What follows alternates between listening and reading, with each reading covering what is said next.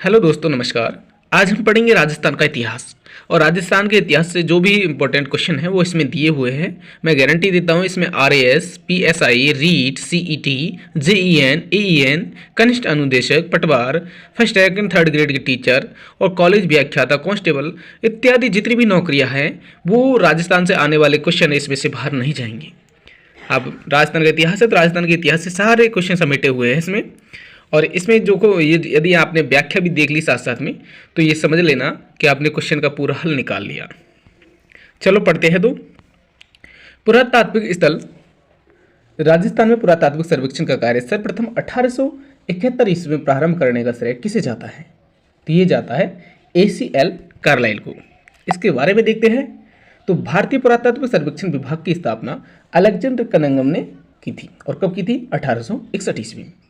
राजस्थान में पुरातात्विक सर्वेक्षण का कार्य सर्वप्रथम 1871 ईस्वी में प्रारंभ करने का श्रेय किसको जाता है? ACL कार्लाइल को जाता है। इन्होंने दौसा क्षेत्र में कठोर पाषाण व मानव अस्थियों की प्राप्ति की सूचना दी। 1902 ईस्वी में जॉन मार्शल के द्वारा इसका पुनर्गठन हुआ। आगे देखते हैं। तो a survey work of ancient site along the last Saraswati river किसका कार्य था? तो आरएस में आया हुआ क्वेश्चन है दोस्तों। देखिए, ऑरेल स्टेन ने की थी। किसने? A survey work of ancient sites along the last Saraswati river.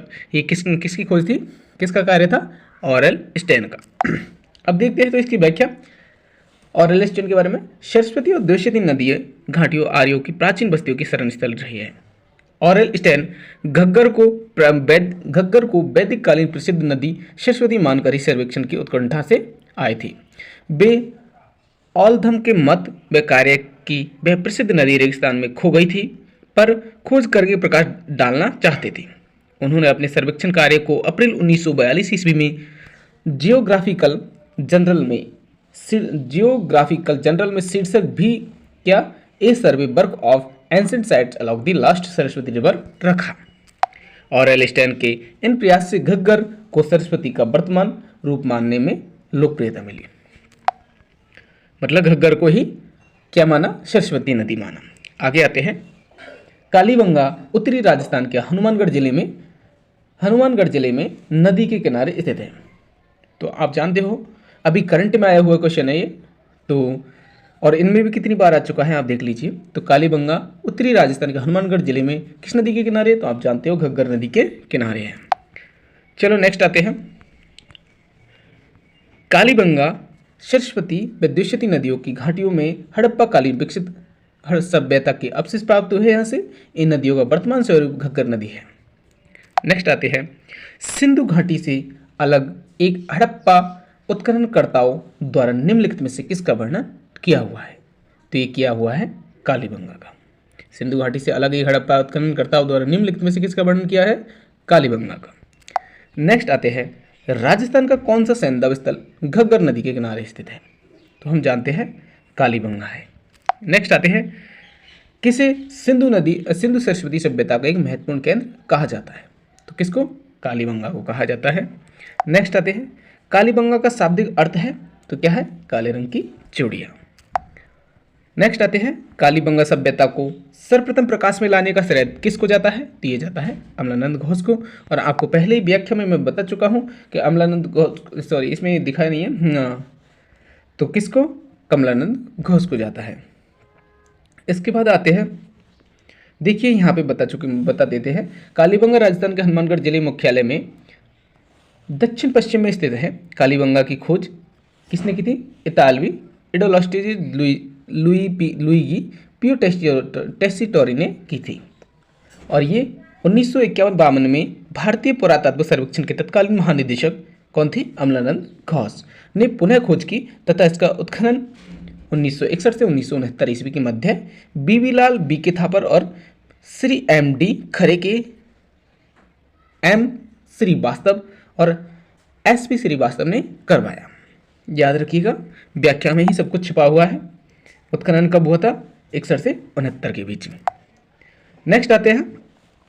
वर्ष 1961 से 69 की अवधि के दौरान निम्न में से कौन पुरातत्ववेत्ता कालीबंगा के उत्खनन से संबंधित नहीं है? तो आप जानते हैं कौन नहीं है। अभी आपने पढ़ा RC अग्रवाल नहीं है, तभी बीबीलाल बीके थापर और MD खरे है। अब यदि आपको यकीन ना हो तो दोबारा देख लीजिए। बी बी लाल, बी के थापर, श्री एम डी खरे, के एम श्रीवास्तव और एस पी श्रीवास्तव। तो कौन नहीं है इसमें? हम जानते हैं आर सी अग्रवाल नहीं है। नेक्स्ट क्वेश्चन आते हैं, कालीबंगा पुरातात्विक स्थल की खुदाई में बी बी लाल के सहयोगी नहीं रहे हैं। तो अभी आपने पढ़ा तो ए के त्रिपाठी नहीं है, जबकि एम डी खरे, एस पी जैन और के एम श्रीवास्तव है। देख लीजिए, सेकंड ग्रेड में आया हुआ क्वेश्चन है। नेक्स्ट, प्रोफेसर अमलानंद घोष ने किस वर्ष राजस्थान में कालीबंगा स्थल की पुनः खोज की थी? तो प्रोफेसर अमलानंद ने खोज कब की थी? अभी आपको एक्सप्लेन कर चुका हूं, 1951-52 में।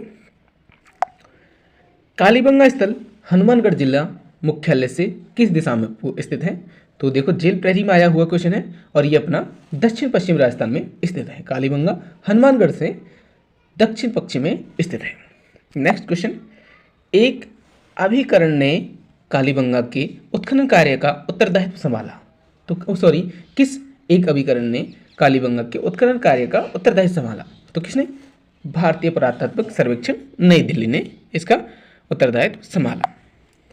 नेक्स्ट आते हैं, कालीबंगा का उत्खनन कार्य कितने स्तरों में किया गया? तो कितने स्तरों में किया गया था? देखिए, एक्सपेन के साथ आपको बताते हैं। तो कितने स्तरों में? 5 स्तरों में किया था। तो देखिए, कालीबंगा सभ्यता के उत्खनन में 5 स्तर सामने आए। प्रथम 2 स्तर तो हड़प्पा सभ्यता से भी प्राचीन है, वहीं तीसरे, चौथे और 5वें स्तर की सामग्री हड़प्पा सभ्यता की सामग्री के समान और समकालीन है।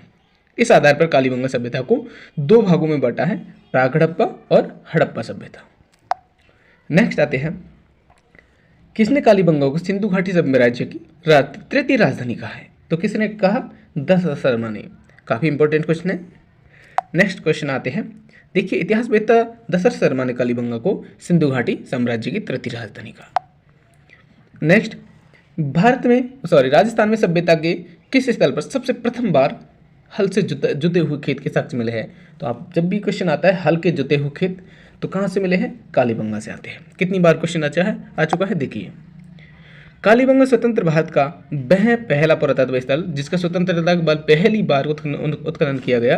तत्पश्चात रोपड़ का उत्खनन किया गया। पूर्व हड़प्पा कालीन स्थल कालीबंगा से एक दुर्ग, गाय के मुख वाले प्याले, तांबे के बैल, कांस्य के दर्पण, हाथी दांत के कंगा, मिट्टी के बर्तन, कांच की मणियाँ, खिलौने, सड़कें, बस्ती, गोल अंडाकार कुओं, मकानों व धनी लोगों के आवासों के अवशेष प्राप्त हुए हैं। इस स्थल से जुते हुए खेत के अवशेष रक्षा प्राचीर के बाद दक्षिण पूर्वी भाग में मिले हैं। हड़प्पा कालीबंगा से 7 अग्नि वेदिकाएं प्राप्त हुई है। बस्ती के गंदे पानी के निकास के लिए यहाँ लकड़ी की व ईंटों की नालियां बनी हुई है। आगे आते हैं, कालीबंगा पुरास्थल के किस दिशा में जुता हुआ खेत है? तो ये अपने दक्षिण पूर्व में स्थित है। नेक्स्ट क्वेश्चन आते हैं, निम्नलिखित में से किस स्थल से उत्खनन में अग्नि वेदिकाएं मिली है? तो कहाँ से मिली है? कालीबंगा से।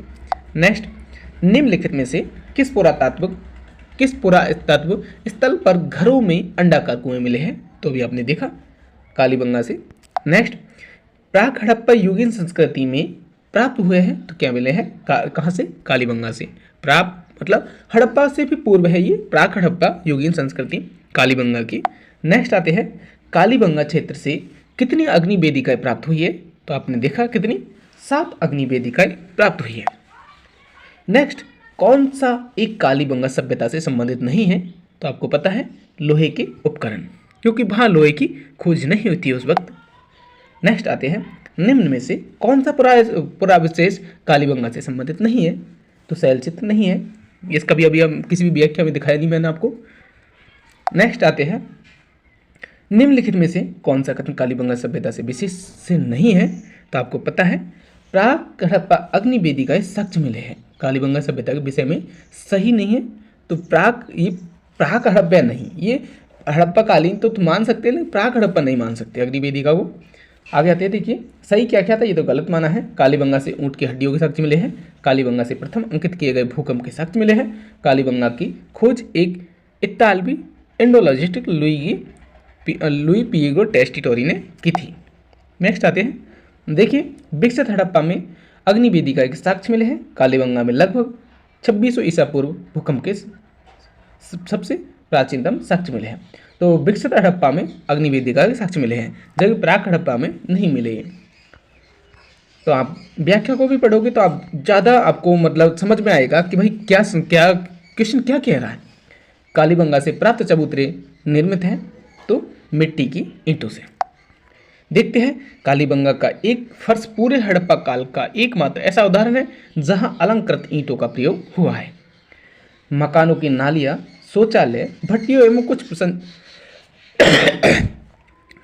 एवं संरचनाओं में पक्की ईंटों का प्रयोग किया गया है। कमरों में ऊपर की ओर छेद किए हुए किवाड़ व मुद्रा व्याघ्र का अंकन एकमात्र इसी स्थल पर मिला है। नेक्स्ट देखते हैं दोहरी रक्षा प्राचीर के साक्ष्य में अभी मैं आपको बता चुका हूं दोहरी रक्षा प्राचीर के साक्ष्य कहाँ मिले हैं, कालीबंगा से। नेक्स्ट आते हैं इसके बारे में देखें तो देखिए कैसे मिले ये। तो हरियाणा में राखी गढ़ी व गुजरात में धौलावीरा के बाद राजस्थान में कालीबंगा देश का तीसरा सबसे बड़ा पुरातात्विक स्थल है। कालीबंगा में 2 टीले विद्यमान हैं। पश्चिम के छोटे एवं अपेक्षाकृत ऊंचे टीले को गढ़ी क्षेत्र का कहा गया तथा बड़े एवं अपेक्षाकृत निचले टीले को नगर क्षेत्र, दोनों को अलग अलग सुरक्षात्मक दीवार किससे सुरक्षित किया गया। दुर्ग क्षेत्र का ऐसा द्विभावीकरण किसी अन्य सैंधव स्थल पर नहीं मिला। समझ गए, रक्षा प्राचीर के अंदर और बाहर दोनों ओर से मिट्टी का लेप किया गया था। अब आप कभी नहीं भूलोगे इसको। नेक्स्ट आते हैं किस सभ्यता में अच्छी विकसित प्राचीर युक्त किलेबंदी के अवशेष हैं, तो आपने पढ़ चुके हैं कालीबंगा से। नेक्स्ट आ जाते हैं कालीबंगा से निम्न में से किस फसल के अवशेष प्राप्त हुए हैं, तो ये गेहूं और जौ के। इसके बारे में देख लेते हैं। कालीबंगा सभ्यता के लोग गेहूं और जौ का प्रयोग करते थे। चना, बाजरा, सरसों के साक्ष्य भी मिले हैं। यहाँ कांसे का दर्पण, हाथी दांत का कंगा और सोने व मूंगे व सीपों के आभूषण भी मिले हैं। आगे आते हैं किसके साक्ष्य कालीबंगा के पुरा स्थल के उत्खनन से प्राप्त नहीं हुए हैं, तो चावल के नहीं हुए हैं। नेक्स्ट आ जाते हैं राजस्थान के किस स्थल से प्राप्त मृद भांडों को लाल धरातल पर काले रंगों की सुंदर ज्यामितीय डिजाइनों से सजाया गया है। ये अपना कालीबंगा को देखिए, अभी 2018 में आया हुआ क्वेश्चन है। देखिए कालीबंगा से प्राप्त हड़प्पा कालीन मृद भांडों को उनके आकार, बनावट और मुख्यतः उनके रंग के आधार पर 6 उपभागों में विभाजित किया गया है। अलंकरण के लिए लाल धरातल पर काले रंग के ज्यामितीय पशु पक्षी का चित्रण बहुतायत में मिलता है। कालीबंगा से हड़प्पा पूर्व की सभ्यता से मिलते जुलते अवशेष पाकिस्तान में किस स्थान पर मिले हैं। पूछा है कालीबंगा से हड़प्पा पूर्व की सभ्यता से मिलते जुलते अवशेष पाकिस्तान में किस स्थान पर मिले हैं, तो ये मिले हैं अपने कोटदीजी में। इसके बारे में देखते हैं तो कोटदीजी पाकिस्तान के सिंध प्रांत में सिंधु नदी के तट पर स्थित इस स्थल के अग्नि में 2 बार नष्ट होने के साक्ष्य प्राप्त हुए हैं। कोटदीजी के यहाँ प्राक हड़प्पाकालीन संस्कृति के भी अवशेष मिले हैं।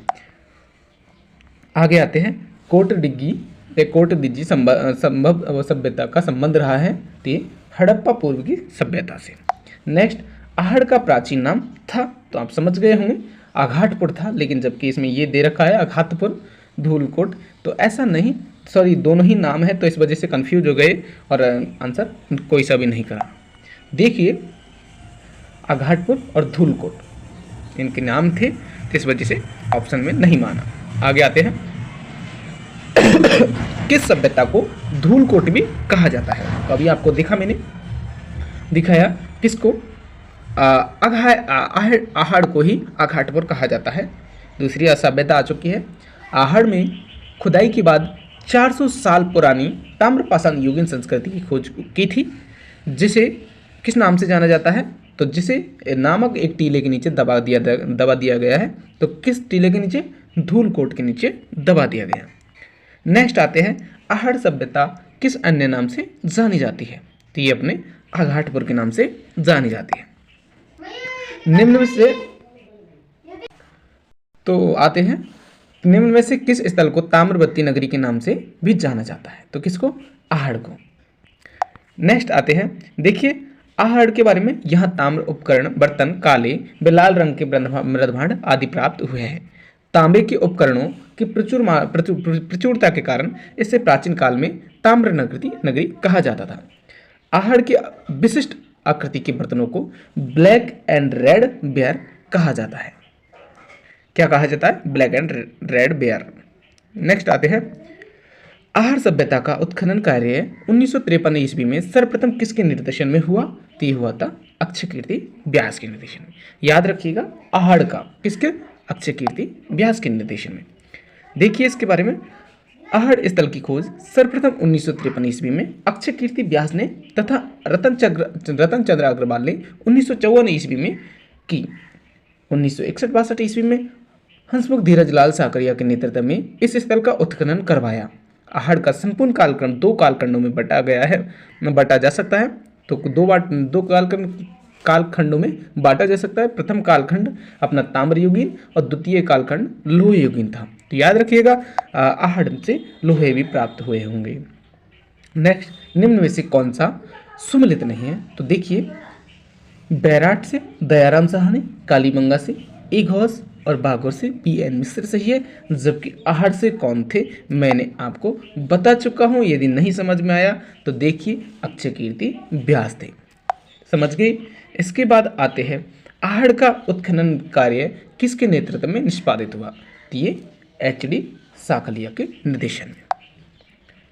नेक्स्ट आते हैं, आहड़ सभ्यता स्थित है तो कहाँ पे स्थित है? यह है अपनी बनास नदी के किनारे। ये बनास नदी के किनारे कहाँ पे है? उदयपुर के बनास बेसिन में आहड़ बेड़ज नदी के किनारे धूलकोट के नीचे आहड़ का पुराना कस्बा बना हुआ है, जहाँ से ताम्रयुगीन सभ्यता प्राप्त हुई। इसे बनास नदी घाटी सभ्यता, बनास संस्कृति भी कहा जाता है। नेक्स्ट आते हैं, पूरा स्थल आहड़ से प्राप्त प्राचीन अवशेष संबंधित है। तो ये अपने ताम्रपाषाण युग से संबंधित है। नेक्स्ट आते हैं, राजस्थान की कौन सी सभ्यता बनास बेड़ज गंभीरी और कोठारी नदियों के तटों और घाटियों में फैली हुई है? तो कौन सी है? आहड़ सभ्यता। नेक्स्ट आते हैं, ध्यान रखिएगा, बनास बेड़ज और गंभीरी नदियों के, वो बनास बेड़ज गंभीरी और कोठारी नदियों के तट पर फैली हुई है कौन सी? आहड़ सभ्यता। नेक्स्ट आते हैं, निम्नलिखित जिलों में से किस जिले से आहड़ संस्कृति के अवशेष मिले हैं? तो कहाँ से? उदयपुर से। अभी आपने पढ़ा। नेक्स्ट देखते हैं, किस संस्कृति को बनास संस्कृति भी कहा जाता है? तो आहड़ को कहा जाता है। नेक्स्ट आते हैं, कौन सा राजस्थान की आहड़ बनास संस्कृति का प्रमुख स्थल नहीं है? तो देखते हैं कौन सा नहीं है। ये अपना कौन सा नहीं है? लोथल नहीं है। लोथल गुजरात में है, लेकिन लोथल गुजरात में स्थल है, जबकि राजस्थान में नहीं है, ये पूछा है। तो गिलोंड, औजियाना और बालाथल ये अपने राजस्थान में है। नेक्स्ट आते हैं, 4000 वर्ष पुरानी सभ्यता के पुरातात्विक अवशेष उदयपुर के समीप एक गांव में पाए गए। वह गांव है तो कौन सा है? आहड़। देखते हैं इसके बारे में। यह सभ्यता आज से लगभग 4000 वर्ष पुरानी है। डॉक्टर गोपीनाथ शर्मा ने आहड़ सभ्यता का समृद्ध काल 1900 ईस्वी पूर्व से 1200 ईस्वी पूर्व तक माना है। नेक्स्ट क्वेश्चन आते हैं, कौन सा कथन सही है? तो ये अपने आहड़ वासियों का महत्वपूर्ण व्यवसाय अयस्क तांबे को गलाना और ताम्र वस्तुएं बनाना है। नेक्स्ट आते हैं, देखिए, आहड़ वासियों ताम्र धातु कर्मी से तथा ताम्र उपकरण बर्तन काले व लाल रंग के मृदभांड आदि प्राप्त हुए हैं। आहड़ वासियों का महत्वपूर्ण व्यवसाय उसके अयस्क तांबे को गलाना और ताम्र वस्तुएं बनाना था। आहड़ में भट्टी नुमा चूल्हा, जिससे यह माना जाता है कि यहाँ तांबा पिघलाया जाता था। आदिवासी बर्तन बनाने की कला में दक्ष थे। यहाँ से प्राप्त मकानों की दीवारों, पत्थरों एवं मिट्टी से बनी हुई है, जिनकी छत बांस और केलू से बनी होती है। नेक्स्ट आते हैं, आहड़ सभ्यता के बारे में सही कथन का चयन कीजिए। तो आहड़वासी तांबे गलाना जानते थे। ये चावल से परिचित नहीं थे। नहीं दोस्तों, यहाँ के लोग तो चावल से परिचित थे। तो आप जानते हो, देखिए, ये चावल से परिचित थे यहाँ तो ये भी सही है। और धातु का काम आहड़वासियों की अर्थव्यवस्था का एक साधन था, ये भी सही है। और यहाँ से आते हैं, यहाँ से काले लाल रंग के मृदभांड मिले हैं, जिन पर सामान्य सफ़ेद रंग से ज्यामितीय आकृति बनी हुई है। तो यह आपसे अपना पहला तीसरा और चौथा सही हो जाएगा। आंसर देखे जाते हैं तो पहला, तीसरा और चौथा, दूसरा गलत होगा। नेक्स्ट आते हैं, आहड़ को ताम्रवर्ती नाम से भी जाना जाता है। तो ताम्रवर्ती से नाम से जाना जाता है, तो देख ले बड़ी संख्या में तांबे के औजार व उपकरण यहाँ मिले, इस वजह से आहड़ को ताम्रवर्ती नगरी कहा जाता है। नेक्स्ट आते हैं, आहड़ के विषय में निम्न कथनों में से कौन सा कथन सत्य नहीं है? तो बोले तो असत्य है। देखिए, आहड़ के उत्खनन से मानव जीवन के विभिन्न चरणों पर प्रकाश पड़ता है, बिल्कुल सही है। आवासीय भवनों की ईंटें वो नींव ईंटें क्या बोला है, आवासीय भवनों की नींव की ईंटों की प्राप्ति हुई है, ऐसे नींव ईंटों की होती है, तो ये गलत है। जबकि मिट्टी अथवा कच्चे ईंटों से निर्मित भवन अब उपलब्ध नहीं है, बिल्कुल अब तो नहीं है। नेक्स्ट, आहड़वासी दीवारों या नींवों को मजबूत एवं सौंदर्य युक्त बनाने हेतु मिट्टी के क्वार्ट्ज के टुकड़े एवं चिप्स के सम्मिश्रण का प्रयोग करते थे। नेक्स्ट आते हैं, देखिए, आहड़ के भवनों की दीवार काला पत्थर एवं भवन की दीवारें धूप में सुखाई ईंटों व पत्थरों से निर्मित थी। तांबे के उपकरणों की प्रचुरता के कारण इसे प्राचीन काल में ताम्र नगरी कहा जाता था। आज अनाज रखने के बड़े भांड भी मिले हैं, जिन्हें स्थानीय भाषा में गौरे या कोठे कहा जाता था। आहड़ की विशिष्ट आकृति के बर्तनों को ब्लैक एंड रेड बेयर, मतलब काले और लाल रंग के मृदभांड कहा जाता है। नेक्स्ट आते हैं, अनाज रखने के बड़े मृदभांड जिन्हें गौरे पंखौट कहा जाता था, किस प्राचीन, तो अभी आप समझ गए होंगे, आहड़ से है बिना देखे। राजस्थान के लोह धातु के प्राचीनतम साक्ष्य किस पात्र संस्कृति से मिले हैं? तो कहाँ से मिले हैं दोस्तों? अभी आपने देखा, तो देखिए ये मिले अपने काले एवं लाल रंग के मृदभांड संस्कृति से। आगे आते हैं, नेक्स्ट क्वेश्चन है, कौन सी वस्तु आहड़ सभ्यता के स्थलों से संबंधित नहीं है? तो चित्रित दूसरे मृदभांड ये इससे संबंधित नहीं है, जबकि चावल, तांबे की वस्तु और कृष्ण लोहित मृदभांड ये इससे संबंधित है। लाल काले मृदभांड वाली संस्कृति का प्रमुख केंद्र था, तो ये अपना आहड़ था। नेक्स्ट, आहड़ को किस संस्कृति का प्रमुख केंद्र माना जाता है? ये माना जाता है लाल काले मृदभांड। कौन सी फसल का उत्पादन आहड़ से नहीं होता? तो देखिए, चावल, बाजरा, गेहूँ, जौ, इनका सबका होता है। आहड़ के उत्खनन से प्राप्त कौन सी सामग्री बाह्य संपर्कों का संकेत है? Lapis lazuli. नेक्स्ट आते हैं, दो मुँह का चूल्हा बहुत प्रकार के बर्तनों के साथ सिलबट्टा व पैन निम्नलिखित में से किस स्थान से मिले हैं? तो ये मिले हैं आहड़ से। नेक्स्ट आते हैं, देखिए इसके बारे में, आहड़ के मकानों में एक से अधिक चूल्हे मिले हैं। यहाँ रसोई में 2 या 3 मुँह वाले चूल्हे तथा बलुए पत्थर के सिलबट्टे प्राप्त हुए हैं। यहाँ घर में एक साथ 6 चूल्हे भी प्राप्त हुए हैं। नेक्स्ट क्वेश्चन पे आते हैं। तो दोस्तों इसको देखिए, नेक्स्ट क्वेश्चन को, आहड़ संस्कृति के लोग निम्नलिखित में से किस धातु से परिचित नहीं थे? तो किससे नहीं थे? चांदी से नहीं थे।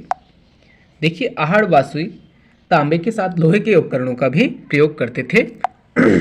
नेक्स्ट क्वेश्चन, गणेश्वर सभ्यता के अवशेष चिन्ह उपस्थित है, तो कहाँ से? नीम का थाना से। नेक्स्ट आते हैं, देखिए गणेश्वर सभ्यता पाक हड़प्पा कालीन एवं ताम्र युगीन है स्थल नीम का थाना जिले में, जो सीकर जिले में था पहले, अभी कहाँ पे है? यह अभी देखिए पूर्व सीकर जिले में था, अभी नीम का थाना जिला अलग से बन चुका है, तो वहाँ पे है गणेश्वर सभ्यता। ये कातली नदी पर स्थित है। इसका उत्खनन 1977 ईस्वी में रतन चंद्र अग्रवाल और 1978-79 में विजय कुमार ने करवाया। ताम्रयुगीन संस्कृति में सबसे प्राचीनतम लगभग 2800 ईसा पूर्व यह स्थल ताम्रयुगीन सभ्यताओं की जननी कहा जाता है। यहाँ जून 2006 में खुदाई के दौरान ढेर सारी ताम्र वस्तुएं मिली गणेश्वर सभ्यता में। नेक्स्ट आते हैं, निम्न में से किस सभ्यता को भारत में सभी ताम्रयुगीन सभ्यताओं की जननी कहा जाता है? तो किसको? गणेश्वर सभ्यता को। नेक्स्ट आते हैं, प्रागैतिहासिक स्थल जहाँ से भारी मात्रा में ताम्र उपकरण प्राप्त हुए हैं, तो कहाँ से? गणेश्वर सभ्यता से। 2023 में आया हुआ है PTI में।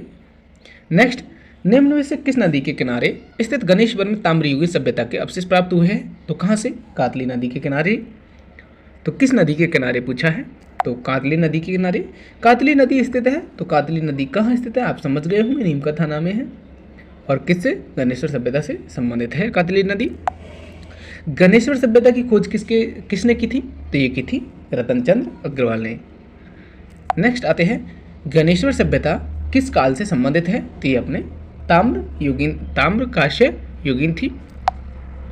आगे आते हैं, किस सभ्यता में मकान व बस्तियों के निर्माण में ईंटों का प्रयोग नहीं हुआ? तो किस में नहीं हुआ? गणेश्वर सभ्यता में नहीं होता था। देखिए, गणेश्वर सभ्यता में मकान पत्थर के बनाए जाते थे, जहां ईंटों के उपयोग के प्रमाण नहीं मिले। इस सभ्यता संस्कृति पूर्व राजस्थान गंगा घाटी के क्षेत्र में पल्लवित हुई।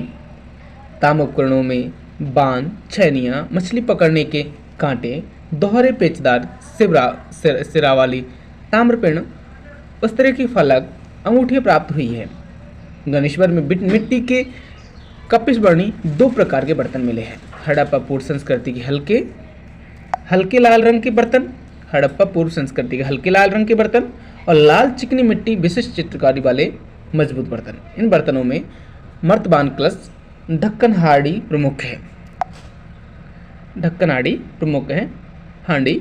इसके बाद आते हैं, गणेश्वर से प्राप्त मृद भांड किस प्रकार के हैं? तो आपने अभी देखा गैरिक मृद भांड है, गैरिक मृद भांड। नेक्स्ट आते हैं, सुमलित नहीं है। तो आप समझ गए होंगे कौन से सुमलित नहीं है, क्योंकि गणेश्वर काले चमकीले मृद भांड यहाँ से नहीं मिले हैं, तो ये गलत है, जबकि अन्य सुमेलित है। नेक्स्ट आते हैं, बैराठ प्राचीन काल में राजधानी थी। तो किसकी? मत्स्य राज्य की। इसके बारे में देखते हैं। प्राचीन जनपद की राजधानी बैराठ नगर वर्तमान में बैराठ, कोटपुतली, बहरोड जिले में है। तो ये बीजक की पहाड़ी, भीम की डूंगरी तथा महादेव जी की डूंगरी आदि स्थानों पर उत्खनन कार्य प्रथम बार दयाराम आदि स्थानों पर थी। तो उत्खनन कार्य प्रथम बार दयाराम साहनी के द्वारा किया गया था 1936-37 में, और पुनः उत्खनन 1962-63 में पुरातात्विक नीलरत्न बनर्जी द्वारा किया गया था। नीलरत्न बनर्जी तथा कैलाशनाथ दीक्षित द्वारा किया गया था। इस सभ्यता बाणगंगा नदी के किनारे पर मुहाने पर स्थित है। आइए, बैराठ संबंधित नहीं है, तो आप जानते हो राव की पहाड़ी से नहीं है, क्योंकि महादेव डूंगरी, भीम की डूंगरी और बीजक की डूंगरी से संबंधित है। नेक्स्ट आते हैं, दयाराम साहनी, नीलरत्न बनर्जी एवं कैलाशनाथ दीक्षित किसके उत्खनन से मुख्य भूमिका रही है? तो किस सभ्यता के उत्खनन से मुख्य भूमिका रही है? तो ये अपनी बैराठ से रही है। नेक्स्ट आते हैं, बीजक की पहाड़ी मौर्यकालीन स्तूप चैत्य का एक खंडर है। बोले तो बीजक की पहाड़ी मौर्यकालीन स्तूप चैत्य का खंडर है, जिसका निर्माण बारी बारी से लकड़ी के 26 स्तंभों तथा ईंट के चूने के पत्थर से प्लास्टर किए हुए पैनलों से हुआ है। यह कहाँ स्थित है? यह कहाँ स्थित है? आपको अच्छे से पता है, बैराठ में स्थित है।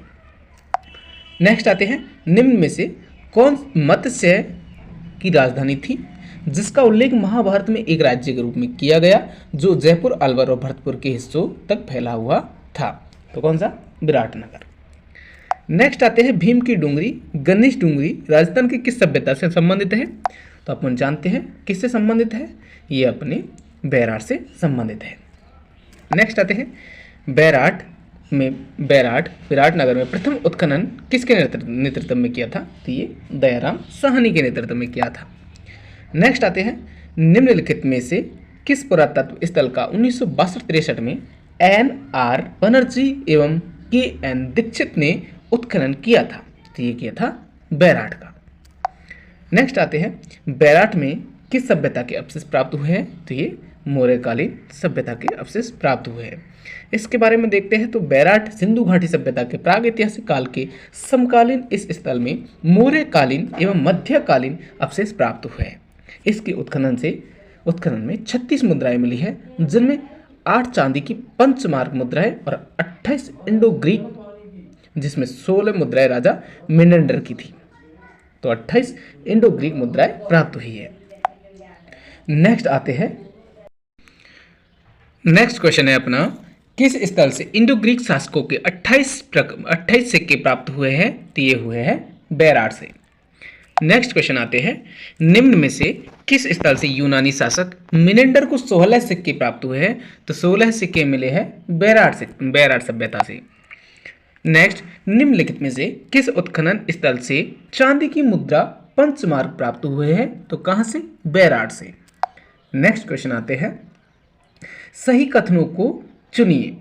तो सही कथन देखिए, विराटनगर जिसे पहले बैराट के नाम से जाना जाता था, जोधपुर का एक हिस्सा था। बिल्कुल सही है। सही है क्या?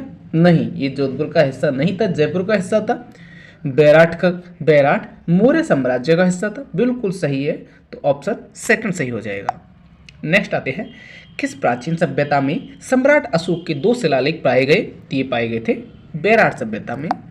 नेक्स्ट आते हैं, देखिए, बैराट सभ्यता में अशोक के 2 स्तंभ लेख भाब्रू एवं बौद्ध मठ के अवशेष प्राप्त हुए हैं।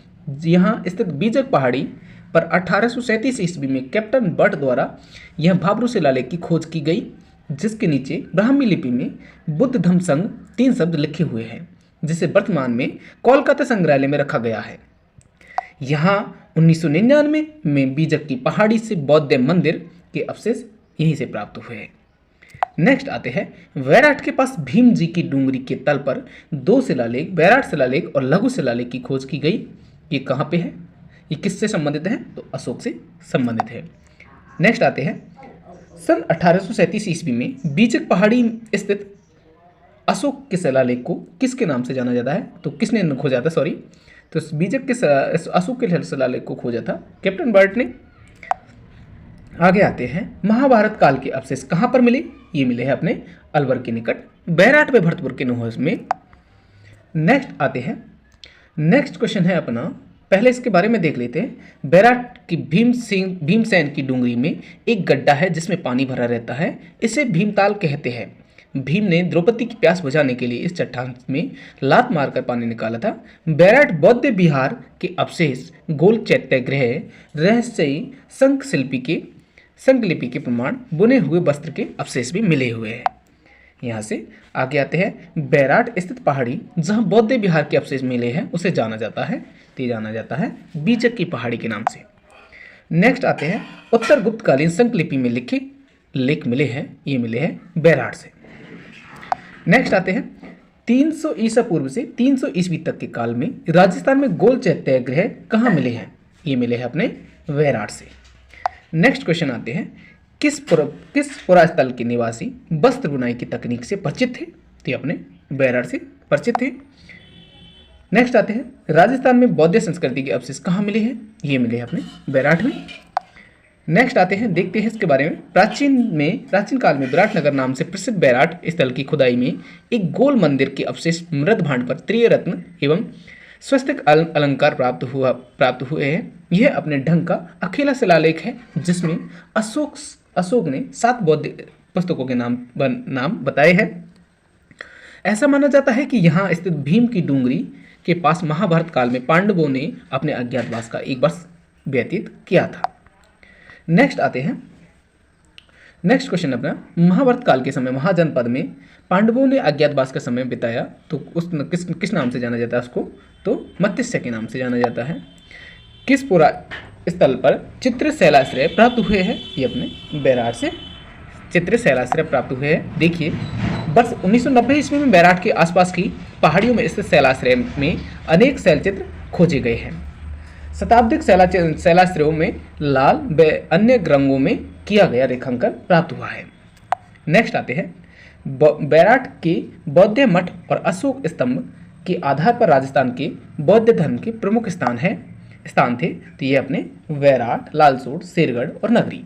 याद रखिए, समझ में नहीं आया तो दोबारा देख लीजिए। बैराट के बौद्ध मठ और अशोक स्तंभ के आधार पर राजस्थान के बौद्ध धर्म के प्रमुख स्थान कौन से हैं? बैराट, लालसोट, शेरगढ़ और नगरी। नेक्स्ट आते हैं, गिलुंड किस नदी किनारे पर स्थित है? तो गिलुंड अपने बनास नदी के किनारे पर स्थित है। और बनास नदी कहाँ पे है? राजसमंद जिले में। देखिए, राजसमंद जिले में बनास नदी के तट पर से कुछ दूरी पर ताम्रयुगीन सभ्यता का नवपाषाणकालीन पुरातात्विक स्थल गिलुंड में पुरातात्विक टीले का उत्खनन श्री बी लाल बोले तो ब्रजबसी लाल द्वारा 1957-58 में करवाया गया। 1998 से 2003 के मध्य पूना के BS शिंदे एवं पेंसिल्वेनिया विश्वविद्यालय के प्रोफेसर ग्रेगरी पौशल के निर्देशक में उत्खनन हुआ। यहाँ स्थित मोडिया नगरी नामक टीले का संबंध गिलुन सभ्यता से है। यहाँ भी आहड़ युगी सभ्यता का प्रसार था। यहाँ चूने के प्लास्टर एवं कच्ची दीवारों का प्रयोग होता था। गिलुंड में काले एवं लाल रंग के मृदभांड मिले हैं। आहड़ में पक्की ईंटों का प्रयोग के साक्ष्य नहीं मिले हैं, जबकि गिलुंड में पक्की ईंटों का प्रयोग हुआ है। देखिए आगे आते हैं, गिलुंड सभ्यता के अवशेष किस युग के हैं, तो आप समझ गए होंगे, ताम्र प्रस्तर युग के। आगे आते हैं, राजस्थान के किस जिले में गिलुंड पुरातात्विक उत्खनन स्थल है, तो आपको अभी पता है, राजसमंद जिले में। गिलुंड और भगवानपुरा किस सभ्यता से संबंधित है, आहड़ से। नेक्स्ट, पुरातात्विक स्थल गिलुंड संबंधित है नवपाषाणिक संस्कृति से। कौन गिलुंड सभ्यता के उत्खनन से संबंधित नहीं है, तो अपना डॉक्टर सूरज भान नहीं है, आपको पता है, जबकि प्रोफेसर ग्रेगरी पौशल और डॉक्टर BS सिंधी और BB लाल ये इससे संबंधित है। नेक्स्ट आते हैं, किस जिले में बालाथल सभ्यता स्थित है, तो ये उदयपुर जिले में बालाथल सभ्यता स्थित है। देखिए, उदयपुर शहर से लगभग 42 किलोमीटर दक्षिण पूर्व में बेड़च नदी के किनारे बल्लभनगर तहसील में स्थित इस स्थल में ताम्रपाषाण युगीन सभ्यता के अवशेष प्राप्त हुए। 1993 में हुए BN मिश्र के नेतृत्व में उत्खनन इस क्षेत्र में पत्थर की ओखली, कर्णफूल और हार मृण मूर्तियां व तांबे के आभूषण प्राप्त हुए। यहाँ से एक दुर्गनुमा भवन भी मिलता है तथा 11 कमरों वाला विशाल भवन भी प्राप्त हुआ है। यहाँ से 4000 वर्ष पुराना एक कंकाल मिला है, जिसे भारत में कुष्ठ रोग का सबसे पुरातन प्रमाण माना जाता है। योगी मुद्रा में सावधान प्राप्त हुआ है। में बैराट के अतिरिक्त बालाथल ही ऐसा स्थल है जहां बुना हुआ वस्त्र प्राप्त हुआ है। यहाँ कृषि, पशुपालन तथा शिकार तीनों जीविका से साधन थे। आगे आते हैं, 11 कमरों वाला विशाल भवन राजस्थान के किस सभ्यता से स्थल से पाया गया है, तो आपको अभी पता है, बालाथल सभ्यता में। नेक्स्ट, बालाथल सभ्यता का उत्खनन किसके निर्देशन में हुआ था, ये हुआ था BN मिश्र के निर्देशन में। राजस्थान में कौन सा प्रागैतिहासिक स्थल ताम्रपाषाण कालीन से संबंधित है, तो ताम्रपाषाणिक काल से संबंधित है, ये अपने बालाथल। नेक्स्ट आते हैं, पुरातात्विक स्थल नदी में सुमिलित नहीं है, तो अपना बालाथल और कातली, ये गलत है, जबकि कातली गणेश्वर नदी सभ्यता के पास है। जोधपुरा सावी नदी के पास, कालीबंगा घग्गर के और रोजियाना खारी नदी के पास, ये इससे सुमिलित है, जबकि बालाथल कातली गलत है। नेक्स्ट, दुर्गीकरण के पूरा विशेष किस ताम्रपाषाण युगीन इस पुरास्थल से प्राप्त हुए हैं, तो ये मिले अपने बालाथल से। नेक्स्ट आते हैं, कौन सा आहड़ बनास संस्कृति का पुरातात्विक स्थल है जो राजस्थान के उदयपुर जिले के बल्लभनगर तहसील में स्थित है, ये अपना बालाथल। नेक्स्ट आते हैं, कौन सा स्थल आहड़ सभ्यता से संबंधित नहीं है, तो अपन जानते हैं आवानेरी नहीं है, ये दौसा में है, जबकि गिलुंड, भगवानपुरा और रोजड़ी ये अपन के आहड़ सभ्यता से। आवानेरी के बारे में जानते हो, आवानेरी में चांद बावड़ी जानते हो। 1998 में राजस्थान की भीलवाड़ा जिले में किस स्थल की खुदाई की गई थी, तो ये अपने लछुरा की गई थी। देखिए, 1998 में लछुरा भीलवाड़ा स्थल की खुदाई से 700 ईस्वी पूर्व से 200 ईस्वी पूर्व तक के सांस्कृतिक साक्ष्य प्राप्त हुए। नेक्स्ट आते हैं,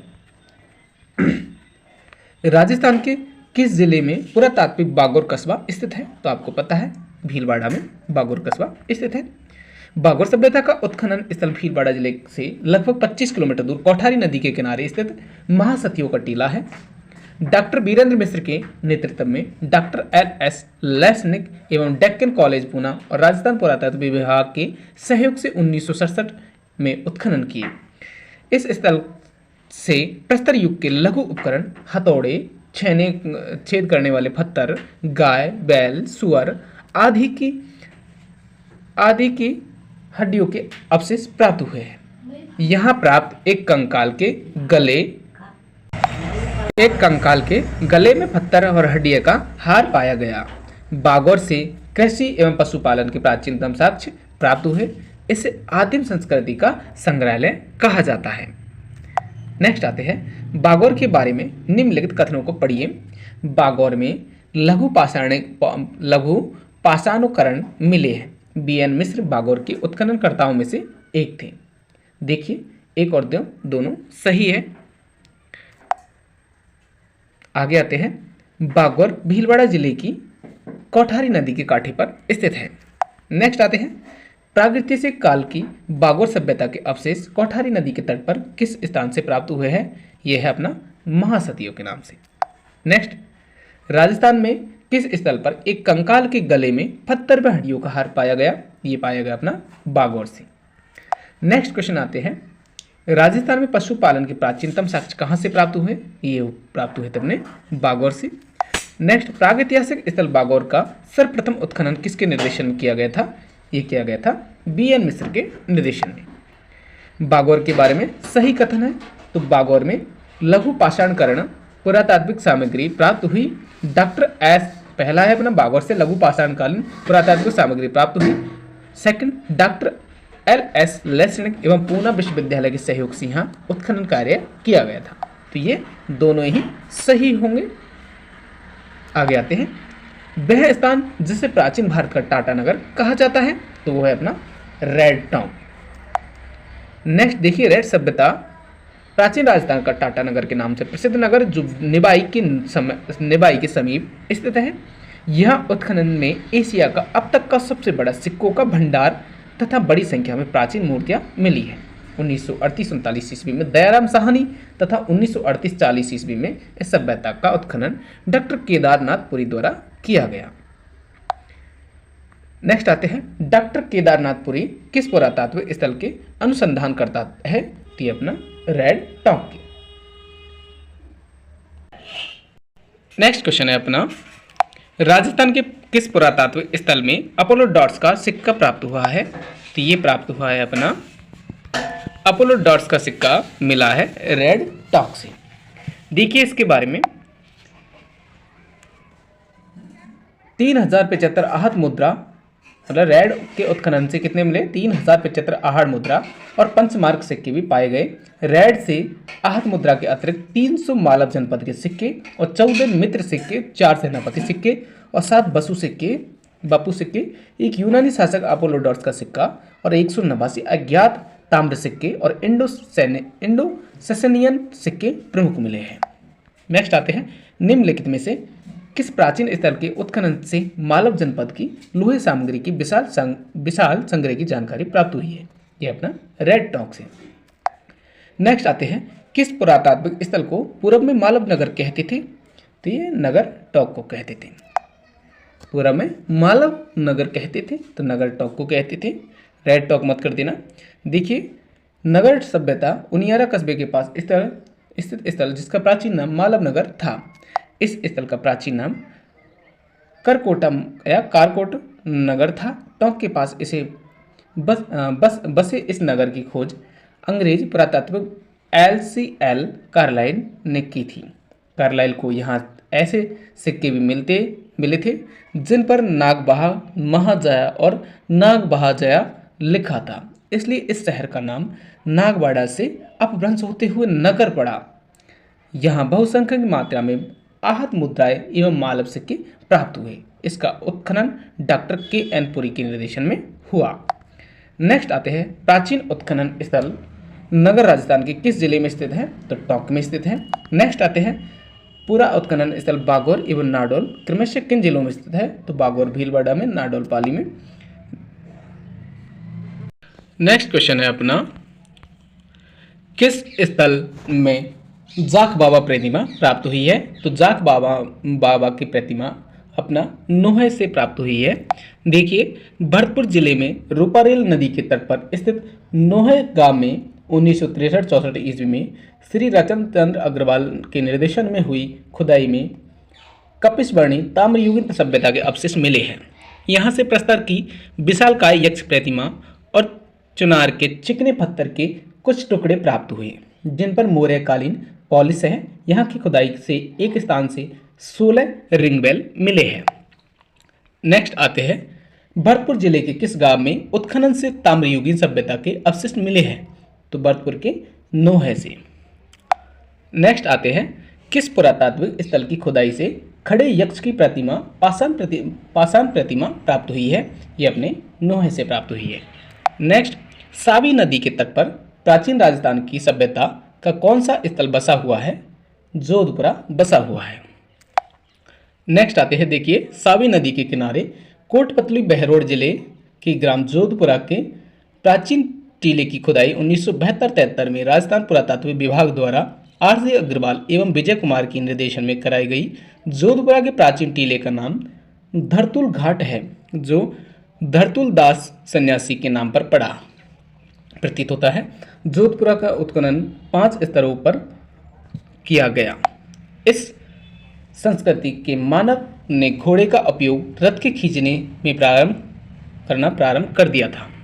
नेक्स्ट आते हैं, जोधपुरा संस्कृति के किस प्रारंभिक सांस्कृतिक कालखंड में लोहे उपलब्ध था? तो ये अपने पीरियड 3rd में लोहे का उपलब्ध था। नेक्स्ट आते हैं, पुरातात्विक स्थल को धरतुल घाट के नाम से जाना जाता है, तो किसको जाना जाता है? ये अपने जोधपुरा को जाना जाता है। किसको? जोधपुरा को जाना जाता है। नेक्स्ट आते हैं, राजस्थान के किस जिले में ओजियाना स्थल स्थित है? तो ये अपना भीलवाड़ा में स्थित है ओजियाना। देखिए इसके बारे में, ताम्रयुगीन आहट संस्कृति से संबंधित ओजियाना पुरातात्विक स्थल ब्यावर जिले के बदनौर में खारी नदी पर स्थित है। यहाँ B.R. मीणा व आलोक त्रिपाठी ने 2000 ईस्वी में उत्खनन करवाया। यहाँ से प्राप्त गाय की लघु मीनकृत बहुत महत्वपूर्ण है। यहाँ से सिलबट्टा, प्रस्तर हथौड़ा, शंख और मिट्टी का खिलौना, गाड़ी के पहिए और पत्थर के मनके व ताम्र की चूड़ियाँ मिली है। यह स्थल पहाड़ी पर स्थित है, जबकि आहट सभ्यता के अन्य स्थल नदी घाटियों में पनपी थे। नेक्स्ट, भारतीय पुरातात्विक सर्वेक्षण जयपुर क्षेत्र द्वारा राजस्थान के ओजियाना स्थल पर उत्खनन किन अवधि के दौरान किया गया था? तो ये किया गया था 2000 से 2001 के मध्य। ओजियाना के उत्खननकर्ता कौन थे? तो B.R. मीणा और आलोक त्रिपाठी थे। नेक्स्ट आते हैं, ओजियाना पुरातत्व स्थल की खुदाई के संदर्भ में कौन सा कथन सत्य है? तो हमें सत्य बताना है। तो ये अपना देखिए, तांबे की चूड़ियाँ और तांबे की शैली, अंगूठी और मादलिया उल्लेखनीय आभूषण प्राप्त हुए यहाँ से ओजियाना से। नेक्स्ट आते हैं, रंग महल 1952 ईस्वी में किस पुरातत्वविद के निर्देशन में उत्खनन कार्य किया? तो ये किया था N.R. रेड्डी के नेतृत्व में सीडीएस दल ने। नेक्स्ट आते हैं, देखिए इसके बारे में, रंग महल हनुमानगढ़ जिले में है। स्थल पर खुदाई का कार्य 1952 से 53 में N.R. रेड्डी के नेतृत्व में स्वीडिश दल द्वारा शुरू किया गया। रंग महल संस्कृति कुषाणकालीन सभ्यता के समान मानी जाती है। यहाँ खुदाई की मिट्टी के बर्तन, आभूषण, पूजा के बर्तन, मृतिका शिल्प के प्राचीन प्रमाण तथा 105 तांबे की मुद्राएं प्राप्त हुई। इस सभ्यता के मकानों का निर्माण ईंटों से होता था तथा यहाँ के निवासी मुख्य रूप से चावल की खेती करते थे। नेक्स्ट आते हैं, रंग महल स्थित है, तो ये अपना हनुमानगढ़ जिले में स्थित है। रंग महल में विशेष रूप से किसकी खेती की जाती थी? तो की जाती थी चावल की। निम्नांकित में से कौन सा कथन सत्य है? तो हमें बताना है सत्य कथन। देखिए इसमें तीसरा और चौथा सही है। देखिए, रंग महल का उत्खनन स्वीडिश दल के पुरातत्ववेत्ता N.R. ने 1952-53 में किया था। रंग महल संस्कृति का कुषाणकालीन है। ये रंग महल संस्कृति कुषाणकालीन है।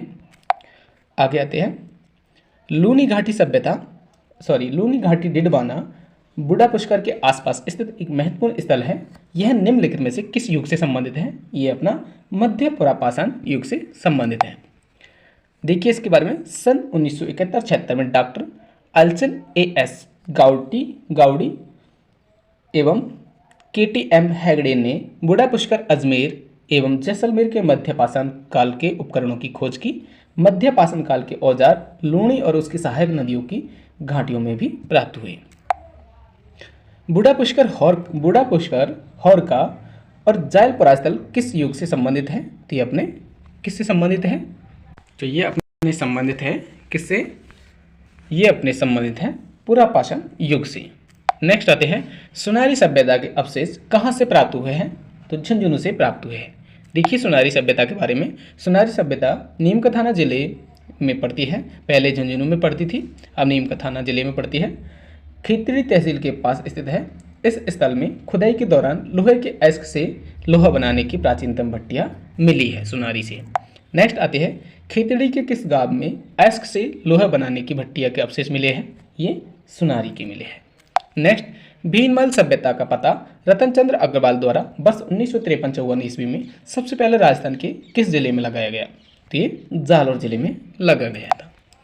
देखिए भीनमाल की सभ्यता का उत्खनन रतनचंद्र अग्रवाल ने करवाया था। यहाँ से एक रोमन एम्फोरा व यूनानी सुराही मिली है जो इसके विदेशी व्यापार केंद्र होने की पुष्टि करता है। भीनमाल का प्राचीन नाम श्रीमाल था।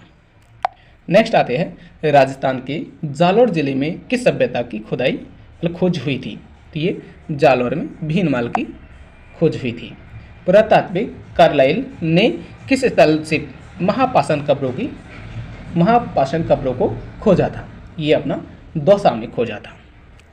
देखिए कार्लाइल ने 1871-72 में मेगालिथिक स्थल खोज निकाले थे जो दौसा, माचेड़ी और भरतपुर में मिलते थे।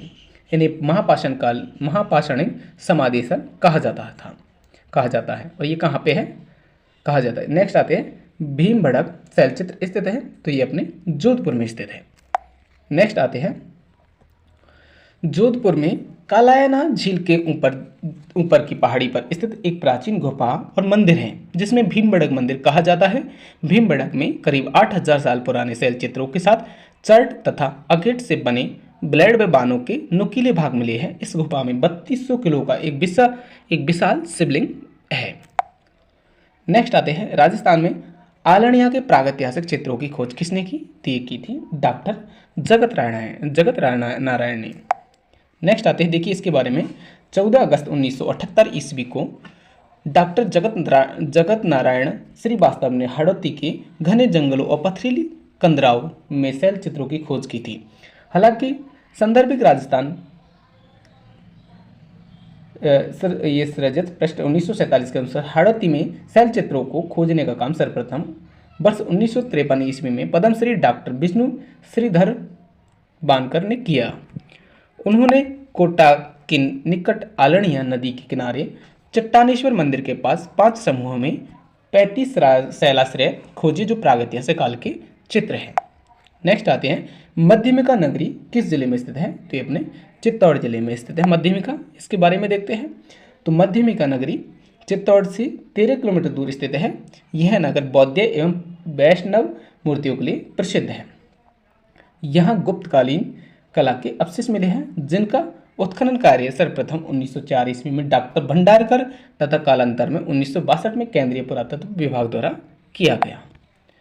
पुरापाषाण कालीन उपकरण चित्तौड़ में किस नदी के किनारे? विराटनगर में मिले, तो ये अपने बेड़ज नदी के किनारे।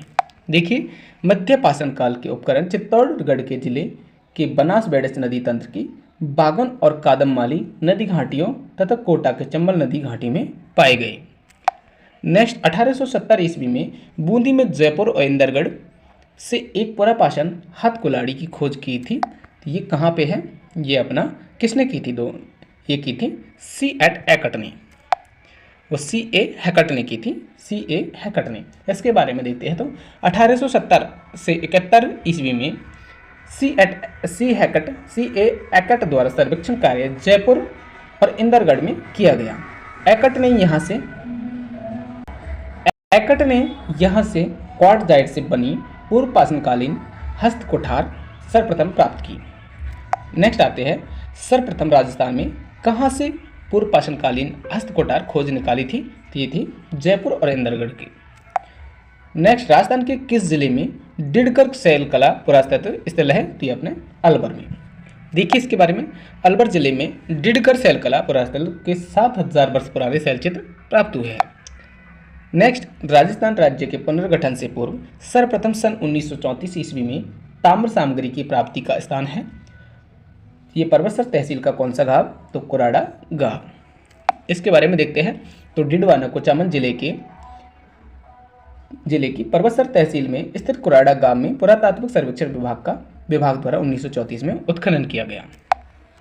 निम्नलिखित में से कौन सा स्थल लघु पाषाणकालीन युगीन संस्कृति से संबंधित है? तो ये अपना कौन कौन से, एक तो सोजत है, एक धनेरी और तिलवाड़ा, तो ऑप्शन नंबर तीसरा हो जाएगा राइट। नेक्स्ट आते हैं झाडोल जो उदयपुर में है, कुराड़ा जो नागौर में है, झाडोल, कुराड़ा, सावणिया जो बीकानेर में है और नंदलालपुरा जयपुर में क्या समानता है? तो ये अपने ताम्र उपकरणों के भंडार मिले हैं यहाँ से। नेक्स्ट आते हैं निम्नलिखित में से लोह युगीन सभ्यता है, तो कौन कौन सी अपनी लोह युगीन सभ्यता है? तो देखिए लोह युगीन नोहे भरतपुर, जोधपुरिया जो कोटपुतली पड़ती है और सोनारी झुंझुनू में, यहाँ से लोह युगीन सभ्यता प्राप्त हुई है। नेक्स्ट आते हैं कौन सा ताम्र पाषाणिक स्थल है? तो ये अपना अहाड़ है। नेक्स्ट आते हैं, नेक्स्ट क्वेश्चन है निम्न में से कौन सा या कौन से मध्य पाषाण स्थल राजस्थान में स्थित है? तो ये अपने तिलवाड़ा और बागोर ये राजस्थान में स्थित है, तो कौन सा ऑप्शन हो जाएगा? तीसरा राइट हो जाएगा। राजस्थान के किस स्थल में पूरा पाषाण युगीन उपकरण उपलब्ध हुए हैं? ये अपने भानगढ़ से उपलब्ध हुए हैं। ताम्र युगीन स्थल झाडोल कहाँ स्थित है? तो ये अपना उदयपुर में स्थित है। इसको एक नज़र में देखना है राजस्थान के पुरातात्विक स्थल एवं दृष्टि। देखिए इसके बारे में तो आप देख लीजिए, आगे मैं बता दूंगा क्वेश्चनों में। इसके बाद हम पढ़ते हैं पुरातात्विक स्रोत। चलो स्टार्ट करते हैं पुरातात्विक स्रोत से। देखिए पहला क्वेश्चन है, अभिलेख जो प्राचीन राजस्थान में भागवत वैष्णव संप्रदाय के प्रभाव की पुष्टि करता है, भागवत अथवा वैष्णव संप्रदाय के प्रभाव की पुष्टि करता है अपना घोसुंडी का अभिलेख। इसके बारे में देखते हैं तो घोसुंडी शिलालेख ये अपने चित्तौड़गढ़ में पड़ता है।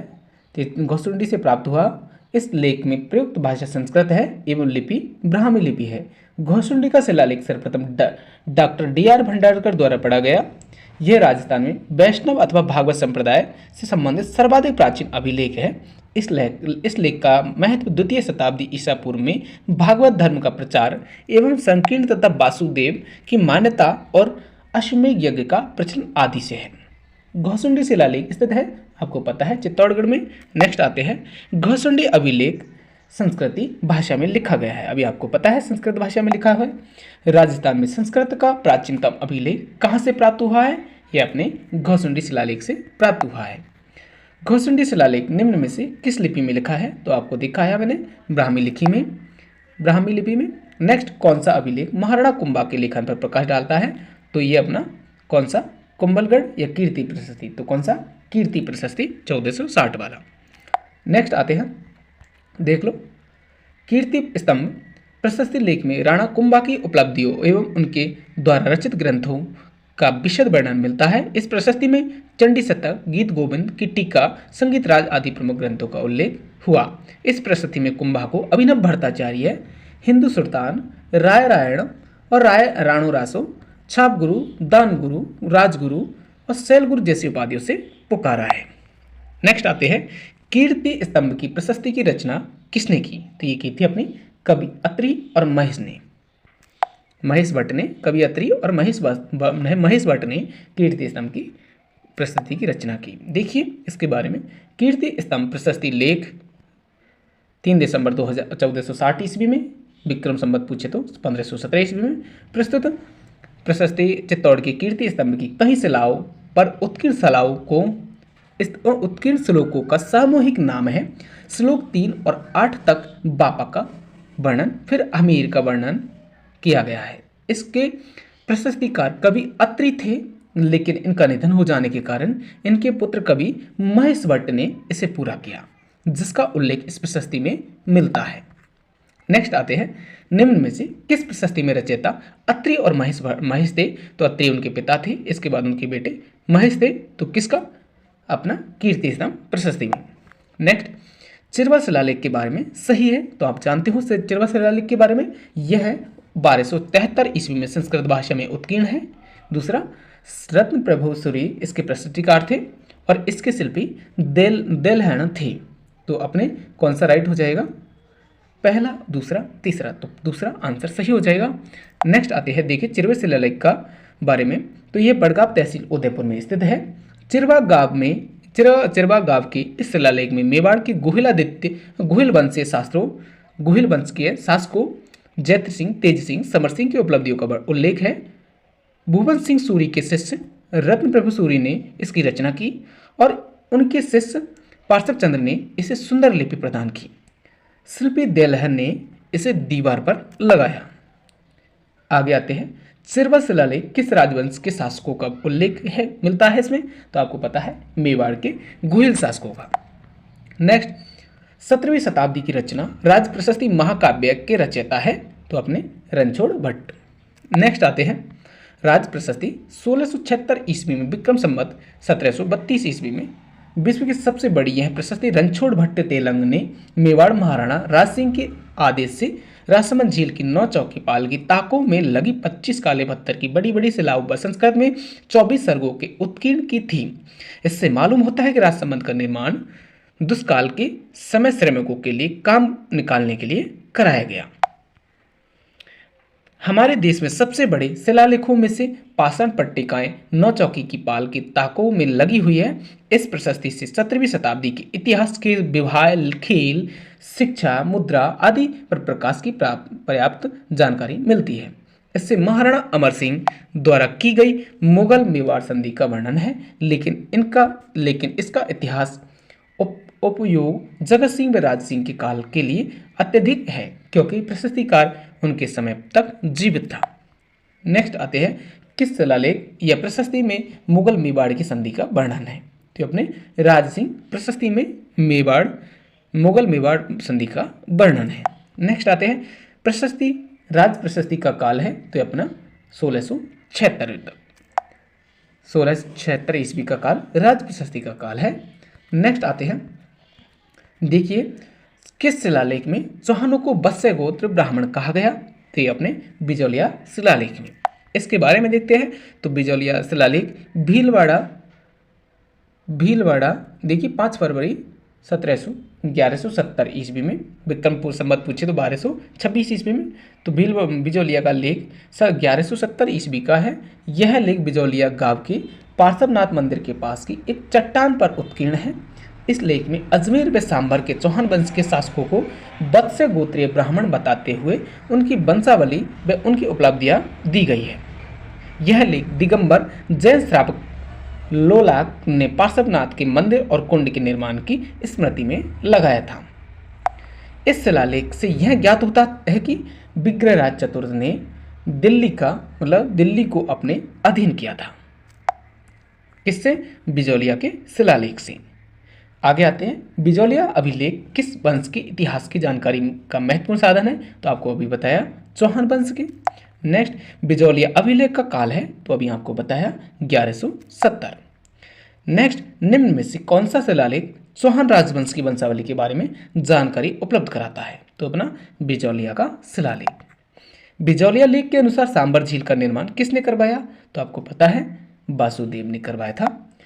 आगे आते हैं, देखिए इसके बारे में, बिजौलिया प्रशस्ति का रचयिता गुणभद्र था। यह अभिलेख पृथ्वीराज तृतीय के पिता सोमेश्वर के काल का है। इसमें दिए गए कई प्राचीन नामों से उस समय के कई स्थानों की जानकारी प्राप्त होती है, यथा जवालीपुर मतलब जालौर और शाकंभरी, ये सांभर और श्रीमाल, भीनमाल, विद्यावली और मंडलकर जो मांडलगढ़ आदि। इसके अनुसार चौहानों के आदि पुरुष वासुदेव चहमान ने 551 ईस्वी में शाकंभरी में चौहान राज्य की स्थापना की, सांबर झील का निर्माण करवाया।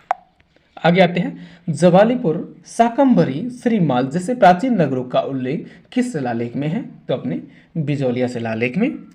नेक्स्ट आते हैं, इतिहास स्थल जवालीपुर की आधुनिक पहचान है, जालौर कहते हैं इसको, जवालीपुर को।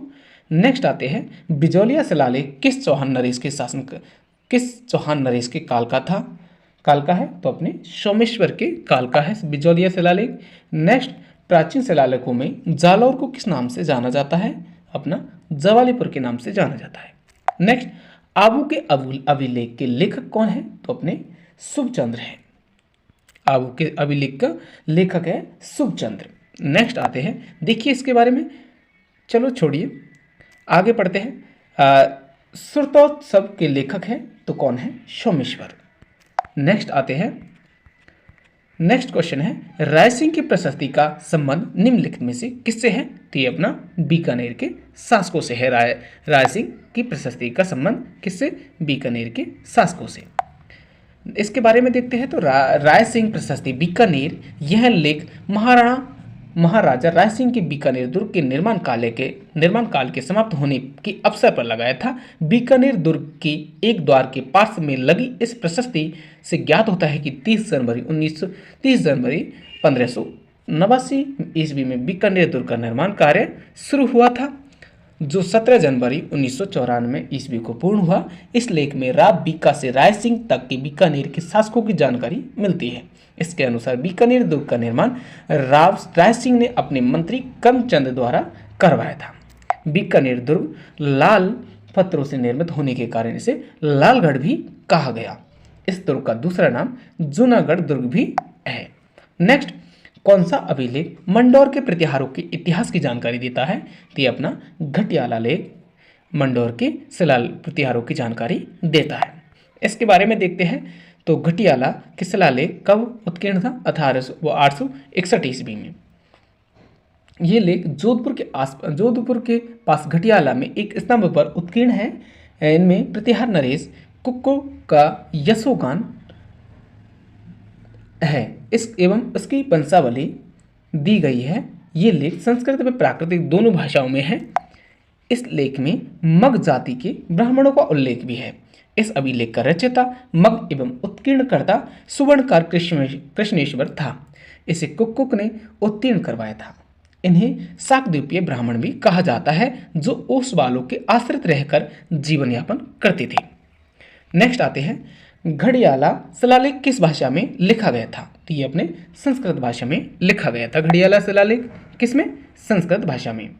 नेक्स्ट आते हैं, अभिलेख जो प्रतिहार शासक कुक्कुक की अभिरोह पर विजय का दावा करता है। तो ये अपना घड़ियाला शिलालेख किसके? कुक्कुक की अभिरोह पर विजय का दावा करता है। तो कौन सा? घड़ियाला शिलालेख। आगे आते हैं, घड़ियाला का प्राकृतिक अभिलेख किस शासक के संबंधित है? तो ये अपने प्रतिहार कुक्कुक के समय का। आगे आते हैं, घड़ियाला शिलालेख में निम्नांकित में से किस वंश की जानकारी प्राप्त होती है? तो ये अपने मंडोर प्रतिहार शासकों की जानकारी मिलती है घड़ियाला शिलालेख में।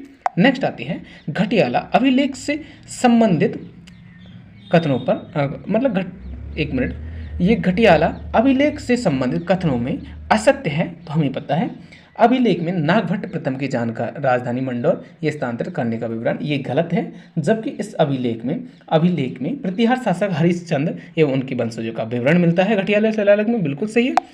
और अभिलेख में मग जाति के ब्राह्मणों का उल्लेख मिलता है, ये भी बात सही है। और यह अभिलेख 4 अभिलेखीय लेखों का समूह है। तो कौन सा उत्तर गलत है? तो ये गलत है। आगे आते हैं, बड़वा ग्राम में कितने मौखरी युग अभिलेख प्राप्त हुए हैं? तो ये अपने कितने? 3। नेक्स्ट आते हैं, बड़वा युग अभिलेख 12 जिले की अंता तहसील के बड़वा गांव में विक्रम संवत 238 ईस्वी के 3 युग लेख मिले हैं। इनमें से मौखरी वंश के शासकों का वर्णन सर्वप्रथम मिला है। इनमें मौखरी महासेनापति बल के 3 पुत्रों के एक यज्ञ संपादन का उल्लेख है। इन युग अभिलेखों से देश में बौद्ध धर्म की अवनति व हिंदू धर्म के पुनरुत्थान के संधि काल के यज्ञादि के पुनरारंभ की जानकारी प्राप्त होती है। इस अभिलेख में कृत संवत का उल्लेख किया गया है। यह मौखरी वंश के शासकों का सबसे पहला व प्राचीन अभिलेख है। ये एक स्तंभ पर उत्कीर्ण है। नेक्स्ट आते हैं, बड़वा ग्राम से प्राप्त यूप स्तंभ अभिलेख किस वंश गण से संबंधित है? तो ये अपना संबंधित किससे है? तो ये अपने मौखरी से संबंधित है। नेक्स्ट, उस अभिलेख को चिन्हित कीजिए जो प्राचीन राजस्थान में वैष्णव संप्रदाय की उपस्थिति के साक्ष्य देता है। तो ये अपना बरनाला अभिलेख। इसके बारे में देखते हैं तो बरनाला अभिलेख जयपुर में 278 ईस्वी के अंत में विष्णु भगवान की वंदना की। आगे आते हैं, कुंभलगढ़ प्रशस्ति की रचयिता कौन है? तो आपको पता है कवि महेश भट्ट है कुंभलगढ़ प्रशस्ति की। देखिए, कुंभलगढ़ प्रशस्ति को बारे में पढ़ते हैं। तो कुंभलगढ़ प्रशस्ति राज्य संबंध में 1460 ईस्वी में इसका प्रशस्तिकार कवि महेश भट्ट था। इसमें प्रयुक्त लिपि देवनागरी व भाषा संस्कृत है। पहली शिला में 68 श्लोक एकलिंग जी के मंदिर तथा कुटिया नदी के वर्णन में बड़ी स्वाभाविकता है। दूसरी शिला में चित्रांग ताल और चित्तौड़गढ़ तथा चित्तौड़ का वैष्णव तीर्थ रूप होने का वर्णन मिलता है। उदयपुर संग्रहालय में सुरक्षित इस प्रशस्ति में तत्कालीन मेवाड़ की भौगोलिक, सामाजिक, धार्मिक, सांस्कृतिक स्थिति की जानकारी प्राप्त होती है। इसमें गुहिल वंश का वर्णन एवं उनकी उपलब्धियां बताई गई है। इस लेख में बप्पा रावल को विप्रवंशीय बताया गया है। यह मेवाड़ के महाराणाओं की वंशावली की विशुद्ध रूप से जानने का महत्वपूर्ण साधन है। नेक्स्ट आते हैं निम्नलिखित में से एक लिंग शिलालेख। बोले तो 1428 ईस्वी का लेखक है तो कौन है? महेश्वर। नेक्स्ट आते हैं बरली का शिलालेख जो अशोक के काल से पूर्व का माना जाता है। कहा जाता है इसको अजमेर। आगे आते हैं, देखिए बरली का शिलालेख केकड़ी जिले की भिनाय तहसील में स्थित है। यह राजस्थान का सबसे प्राचीनतम अभिलेख है। बडली के पास भिलौट माता के मंदिर से इसे प्राप्त किया गया था। बडली का शिलालेख ब्राह्मी लिपि में उत्कीर्ण है। वर्तमान में यह अजमेर संग्रहालय में सुरक्षित है। नेक्स्ट आते हैं बर्ली स्टोन एपिग्राफ चिन्हित किया गया है, यह अपने ब्राह्मी पांडुलिपि में। नेक्स्ट आते हैं निम्नलिखित में से कौन सा प्रतिहार का इतिहास बताता है? तो ये मंडौर शिलालेख। देखिए मंडौर का शिलालेख मंडौर की एक बावड़ी में शिला पर उत्कीर्ण इस लेख में 685 ईस्वी के आसपास विष्णु एवं शिव की पूजा पर प्रकाश पड़ता है। मंडौर का दूसरा शिलालेख 837 ईस्वी में गुर्जर प्रतिहार शासक बाउक ने खुदवाया था। इसमें गुर्जर प्रतिहार शासकों की वंशावली तथा विष्णु एवं शिव पूजा के बारे में जानकारी मिलती है। नेक्स्ट आते हैं किस अभिलेख में प्रतिहारों को सौमित्र से उद्भूत हुआ कहा गया? तो ये अपने ग्वालियर अभिलेख में। बोले तो सौमुद्र में लक्ष्मण से उद्भूत हुआ कहा गया है तो ग्वालियर अभिलेख में। देखिए ग्वालियर प्रशस्ति मिहिर भोज प्रथम की देन है। यह संस्कृत में उत्तरी ब्राह्मी लिपि में उत्कीर्ण है। उस पर कोई तिथि अंकित नहीं है, परंतु अनुमानित यह 880 ईस्वी के लगभग की है। इस लेख का लेखक भट्ट धनिक का पुत्र बालादित्य है। इसमें गुर्जर प्रतिहारों की वंशावली व उपलब्धियों का वर्णन मिलता है। नेक्स्ट आते हैं हड़ी रानी कर्मवती द्वारा जौहर में प्रवेश करते समय दिए गए भूमि अनुदान की जानकारी का स्रोत किस अभिलेख में या किस पत्र में मिलता है?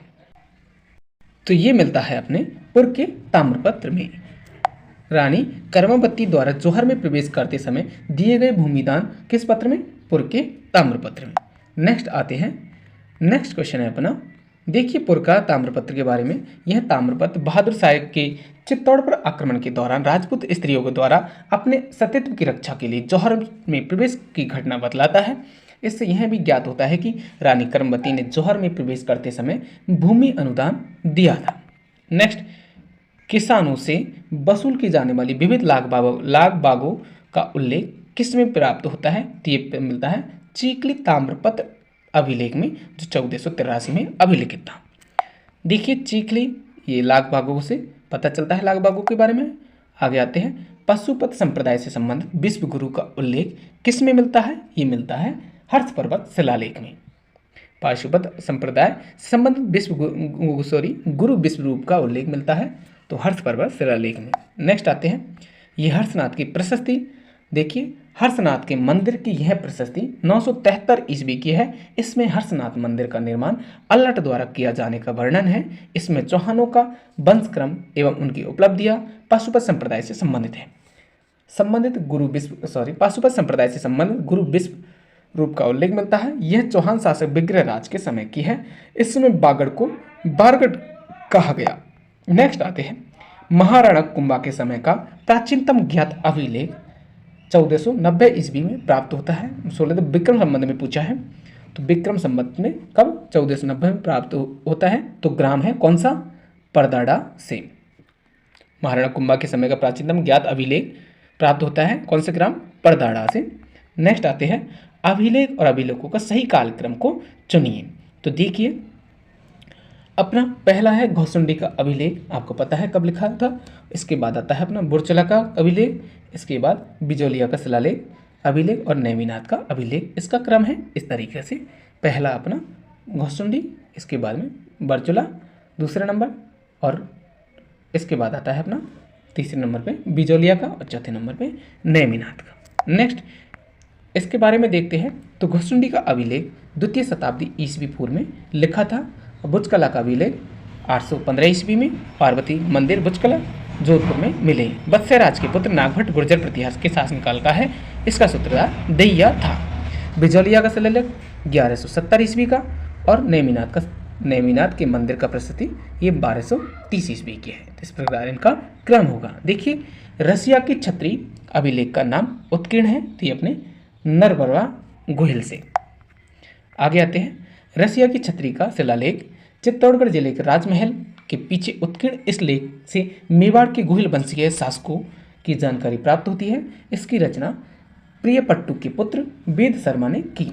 इस लेख में मेवाड़ के 13वीं शताब्दी के जनजीवन एवं प्राकृतिक स्थिति की जानकारी मिलती है।